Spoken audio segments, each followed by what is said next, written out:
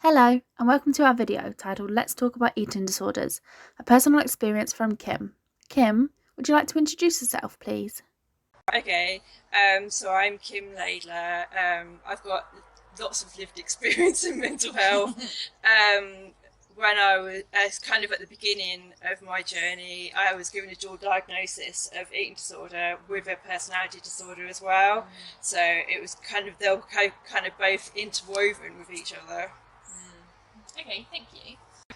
So what was your experience of an eating disorder then? I think that was kind of like my first kind of coping mechanism that I went to. I was struggling as a new parent, and it got to a point where I think she'd kind of started to be a bit more independent. I wasn't breastfeeding her anymore, and she was starting to toddle a bit more, and I felt like I was a bit more independent away from her, and she wasn't reliant on me so much, so I felt like I had my body back to myself. And I felt like it's one thing I had control over. I felt like I didn't have much control over myself as a parent. I felt like I was failing as a parent. And I knew that I could succeed at losing the baby weight and having control over my body. That must have been really difficult as a new mum. It was, and I think at the time the kind of group of friends I was with, being mums, was quite competitive. It was, don't feed your baby brought food. You've got to, make your own food. And it was like, it was kind of, and, bringing the baby up on cloth nappies rather than throwaway nappies, and it was like really, it felt to me, it felt really competitive, and I felt like the one thing that I could be perfect over was my body shape. Yeah, it's a lot of control aspect, isn't there? Okay, so what did you have any preconceptions to eating disorders or mental health challenges prior to getting unwell? I think the main thing that I thought of when I thought of kind of mental health was the kind of TV version of schizophrenia. Yeah. But this was a long time ago. This was more than 10 years ago. And I think it was the kind of thing that they used to put on TV when I was a teenager, and I think at the time people were congratulated for even recognising mental health back then, let alone how it was perceived. And I think I just remember TV shows having the kind of typical female breakdown and going crazy, and being sent off to go on a mental ward. Well, did you realise that you were unwell, and how did you realise that when you started the eating disorder? I knew I was unwell, but I wanted complete control. I didn't want help at all, because I knew that somebody would take that control away from me. But I wanted. I knew that I was very low, and I wanted to talk to somebody about how low I felt, and that's what I wanted to kind of confide in. That's the part of me that I wanted to give up, but I would not give up the eating disorder. Yeah. So you wanted to share the experience you're having, but not get rid of it. Yeah. Right. So you obviously mentioned about not wanting to get rid of the eating disorder. Was that one of your worries prior to getting treatment? Yeah, absolutely. Yeah. And I think it was, the treatment that I first received was for the personality disorder side of things. Right. And I think that it was only when I started to learn techniques through that and trying to help that side of things that I realised that that could also be used within helping me with the eating disorder. Thank you. Did you, through the eating disorder and your experiences with that, and your personality disorder, did you experience anything around like blame, shame, guilt, any of them emotions, and how did you deal with that? Yeah, I felt very guilty, and I think I received a lot of blame from my husband at the time, because the eating disorder just took over my life. And I wasn't able to do day-to-day activities. I wasn't able to look after my daughter. I wasn't able to work. I wasn't able to be a wife. I was just literally surviving on the eating disorder. And also, I found as well, from the kind of professional side of things as well, if ever I kind of came across anybody within like hospital surroundings, they would just say, well, you need to eat this here, or like that, we've only got this variety of food, you need to have some of this food here, but none of it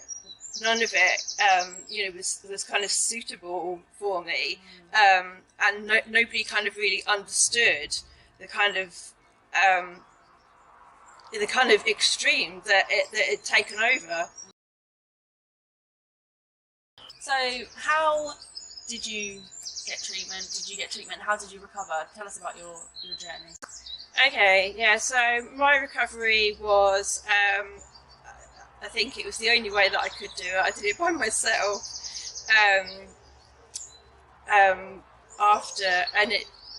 And it took me a long time to let go of the eating disorder. I did receive treatment from the eating disorder team. I just think at the time I wasn't ready for that help. And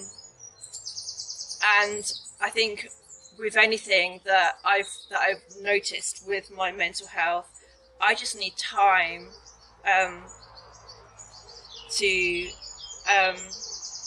I just need time to recover, and I need a long time. I mean, I need years to recover.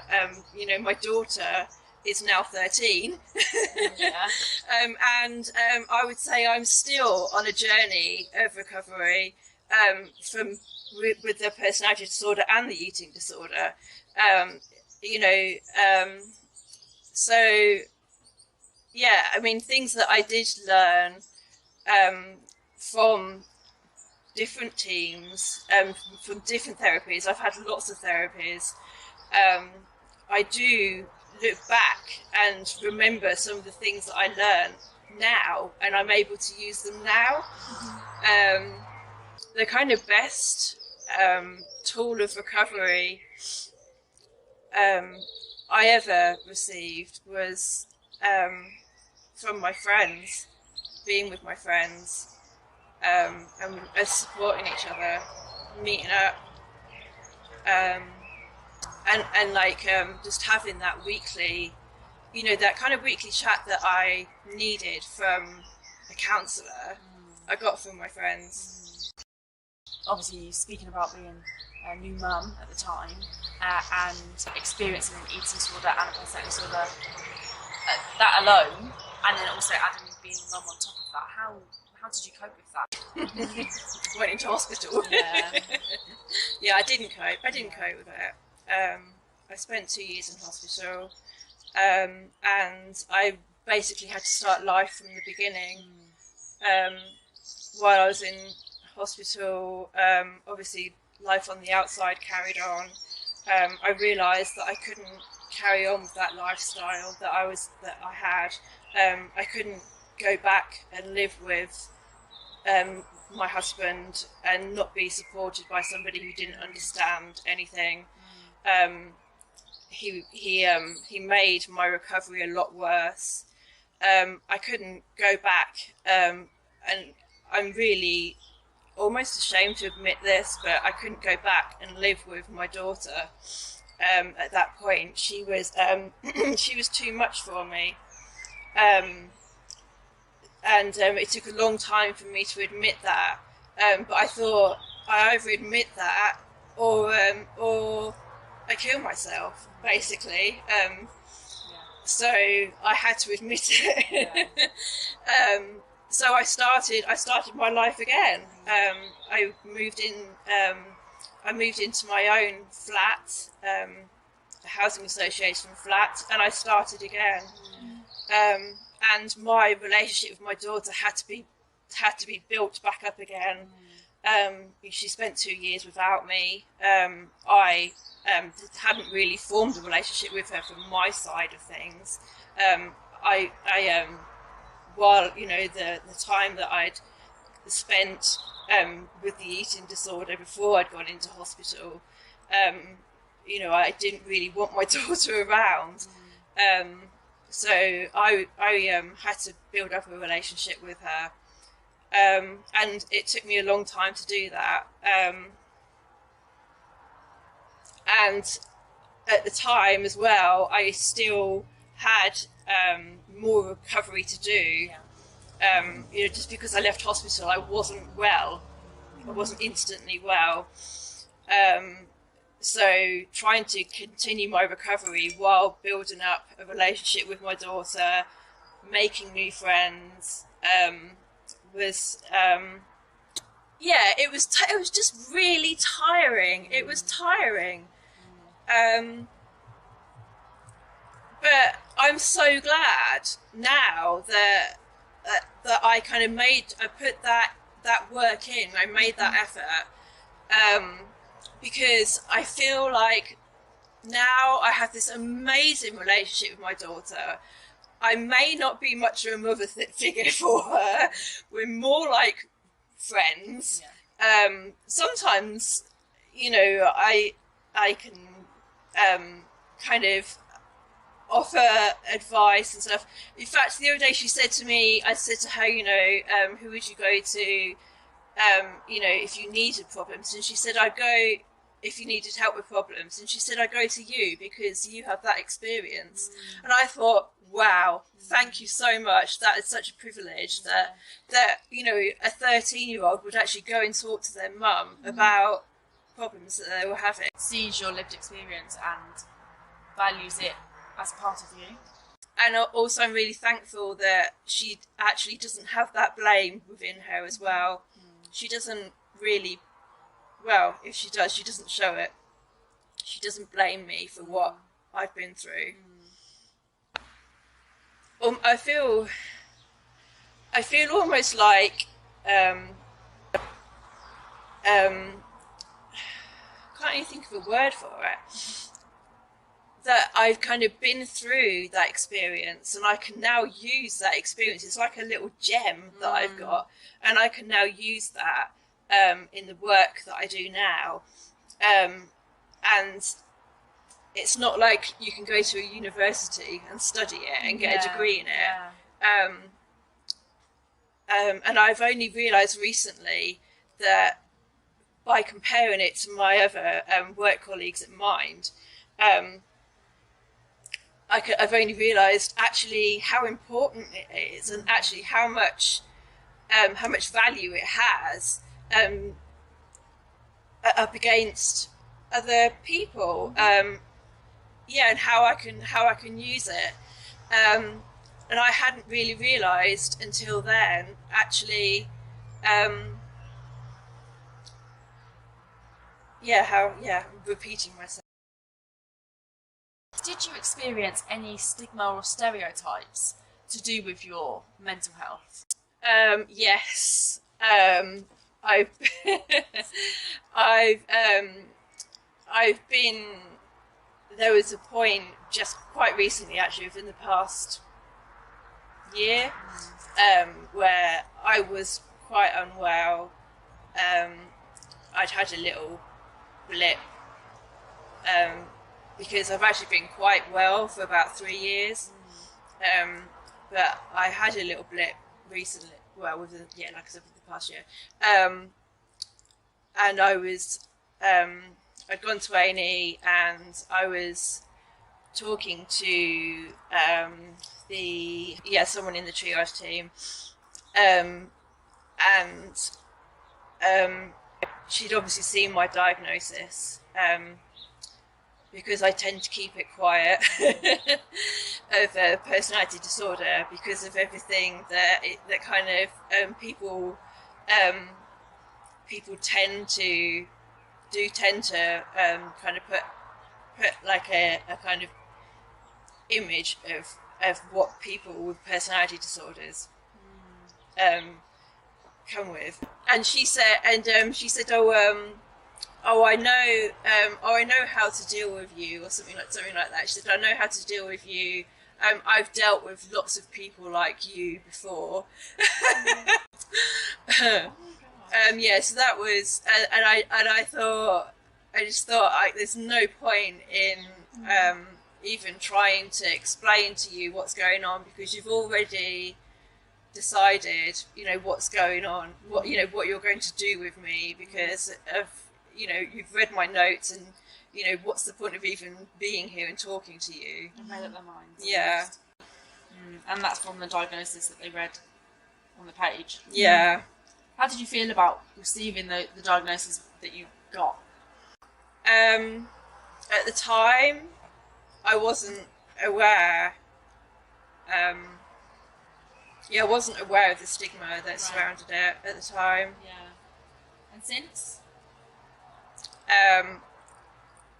When I was training on the peer education programme, on the first day, we were told to write our diagnosis down and put them in the bin.